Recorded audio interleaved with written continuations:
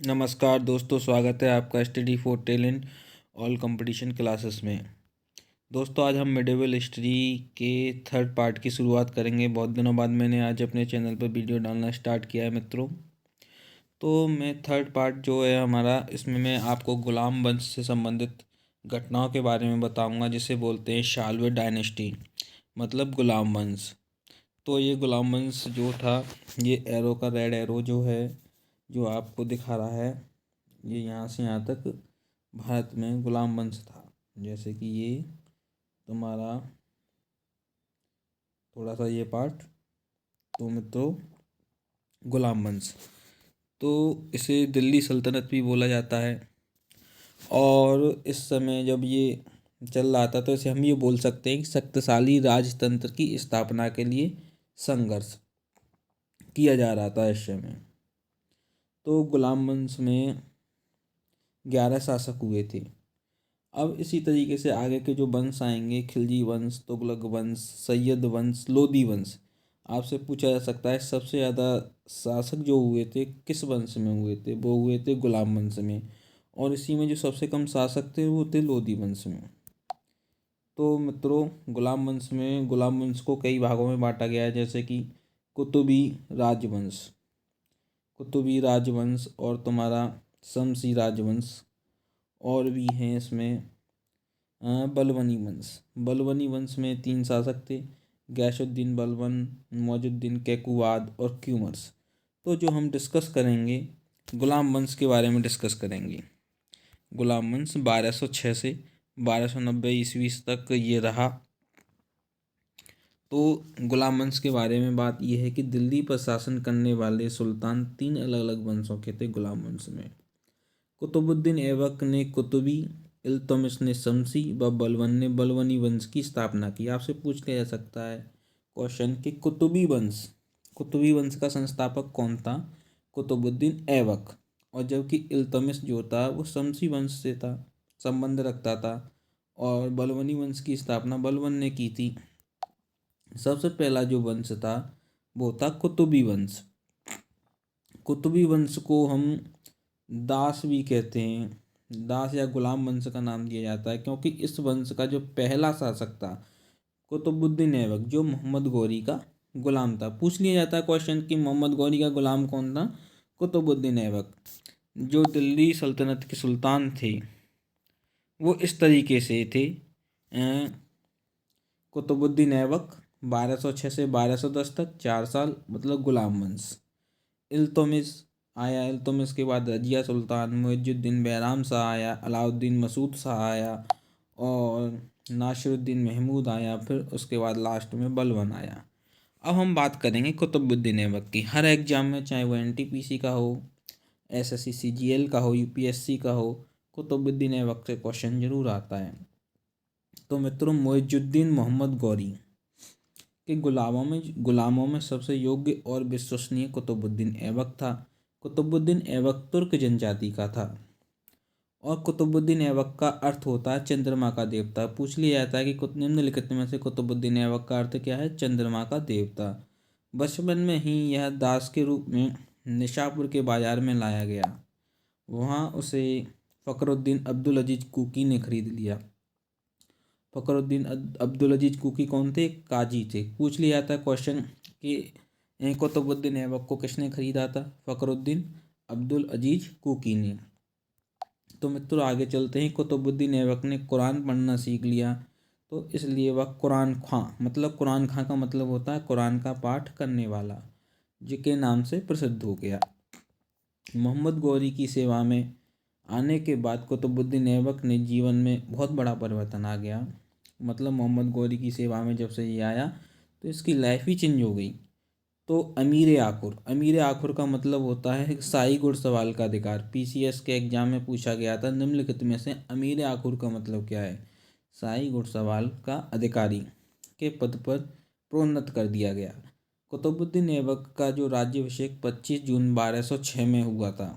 कहाँ हुआ था? लाहौर में हुआ था। ये क्वेश्चन एनटीपीसी में आ चुका है। 25 जून 1206 में कुतुबुद्दीन ऐबक का राज्याभिषेक लाहौर में हुआ था।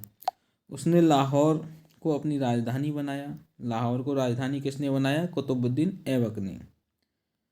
तराइन के द्वितीय युद्ध के बाद गौरी ने कुतुबुद्दीन ऐबक को विजित प्रदेशों का प्रबंधक नियुक्त किया। मतलब जो प्रदेश उसने जीत लिए थे गौरी ने, उसे उनका प्रबंधक बना दिया गया। किसको? कुतुबुद्दीन ऐबक को।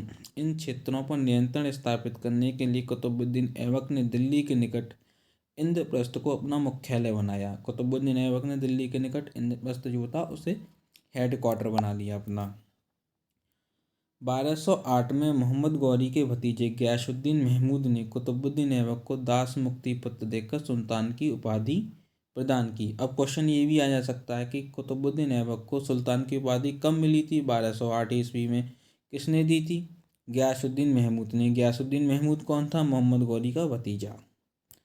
तो मित्रों, कुतुबुद्दीन ऐबक को भारत में तुर्की राज्य का संस्थापक माना जाता है। आपसे क्वेश्चन ये भी पूछा जा सकता है कि तुर्की राज्य का भारत में वास्तविक संस्थापक कौन था? वो था कुतुबुद्दीन ऐबक। कुतुबुद्दीन ऐबक ने कभी सुल्तान की उपाधि धारण नहीं की, उसने केवल मलिक और सिपहसार की पदवियां धारण की। ये भी क्वेश्चन इंपॉर्टेंट है कि कुतुबुद्दीन ऐबक ने सुल्तान की उपाधि धारण नहीं की थी। किसकी धारण की थी? मलिक और सिपहसार। अपनी दानशीलता के कारण वह लाख बख्श, मतलब लाखों का दान करने वाला, और वह पील बख्श का मतलब होता है हाथियों का दान देने वाला, के नाम से जाना जाता था। हसन निजामी और फ़क्र मुदब्बिर जैसे विद्वान रहते थे। कुतुबुद्दीन ऐबक जो था उसके दरबार में विद्वान कौन थे? हसन निजामी और फ़क्र मुदब्बिर। इसने कुतुब मीनार का निर्माण कार्य प्रारंभ करवाया। कुतुब मीनार का नाम प्रसिद्ध सूफी संत ख्वाजा कुतुबुद्दीन बख्तियार काकी के नाम पर रखा गया। पूछ लिया था कि कुतुब मीनार का जो नाम था वो किसके नाम पर रखा गया था?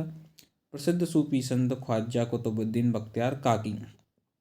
इसने भारत को प्रथम मस्जिद कुब्बत उल इस्लाम पृथ्वीराज थड़ के किले राय पिथौरागढ़ के स्थान पर निर्मित कराई। पूछ लिया जाता है कि भारत में पहली मस्जिद किसने बनवाई थी? तो कुतुबुद्दीन ऐबक ने। और किस नाम क्या था इसका? मस्जिद कुब्बत उल इस्लाम, दिल्ली में। ये कहाँ पर है? दिल्ली में। जबकि 2.5 दिन का झोपड़ा विग्रहराज बीसलदेव फोर्थ के द्वारा निर्मित संस्कृत महाविद्यालय के स्थान पर अजमेर में बनवाया गया। पूछ लिया जाता है 2.5 दिन का झोपड़ा कहाँ है? कहाँ पर है? अजमेर में। अजमेर कहाँ पर है? राजस्थान में। 1210 में चौगान को बोलते हैं पोलो।